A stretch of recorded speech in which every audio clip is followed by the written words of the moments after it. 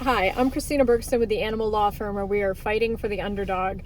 I just got out of court. I just had a trial that lasted all morning, and it was a pet custody dispute. As you know, we handle those all over the country. Well, in 4 states.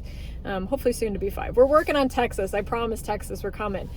But yeah, I want to talk about this phenomenon that happens from time to time at trial or at hearings or whenever there's sworn testimony being taken, is that people get on the stand and they suddenly suffer amnesia of all the things that they told you previously that they had done or that they said. So, like, I just had this witness get on the stand and he said, so before he got on the stand, I called him, talked to him, like went through what's going to happen, how this whole process works, like, you know, talk to him about the process. And I was like, so you remember this exact conversation, right? Because if you don't, then like my client doesn't have a case. So like, do you remember this conversation or not? Yeah, I remember this conversation. I remember all these details about like really selling me on his memory of this exact conversation that was integral to my client's case. Great. Please come testify. Okay.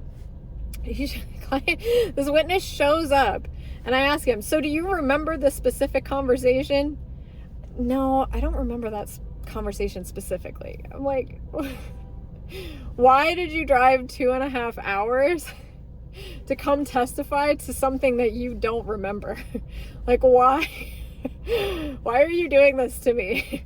And it happens, it doesn't happen a lot, but it happens more often than you would think. And so my caution for people who want to be helpful and who want to be witnesses and who agree to be witnesses is, like, if you're not committed to what you tell the attorney you're committed to doing before getting into court, then just tell them, I'm not the person for you. I can't do this. I'm not going to remember. I don't remember now. I don't want to be, like, just tell us, I don't want to be involved. You know, I mean, like, people can subpoena you, and I don't like doing that. I prefer when people show up of their own will, but it's like, don't tell me you're going to do something, and then when we get into court and it's the moment of truth, you're just like, just tell me, like, you can subpoena me, but I'm not going to testify to what you want. I don't remember. And then it's like, okay, then I have the chance to, like, make a decision. Do I actually want to subpoena this person? Like, just be honest. Don't put everyone in the position of, yes, I remember this specific conversation, or I remember this specific event, or I, like, saw this specific thing, and then get in there and be like, yeah, I don't remember. It doesn't do anyone any favors. And it's just like, you just wasted an entire day of your life that you will never get back because you said one thing, and then when the moment arrives, you just are like you're just like flatulence in the wind. So yeah, it happens more often than you think. So when you're preparing your cases, if you feel the need to sue somebody for whatever reason, and you're gathering up your witnesses, double and triple check with them that they can testify to the things that they say they can testify to.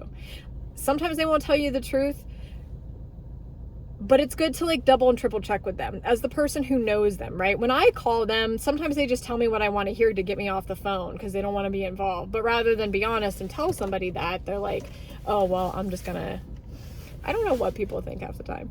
But anyway, that's an experience that I had today that I wanted to share with you because I am still reeling from how, like, what was the point? Why did you come? Anyway, all right, I gotta leave. Anyway, stay safe out there, underdogs. I will see you next time. Bye.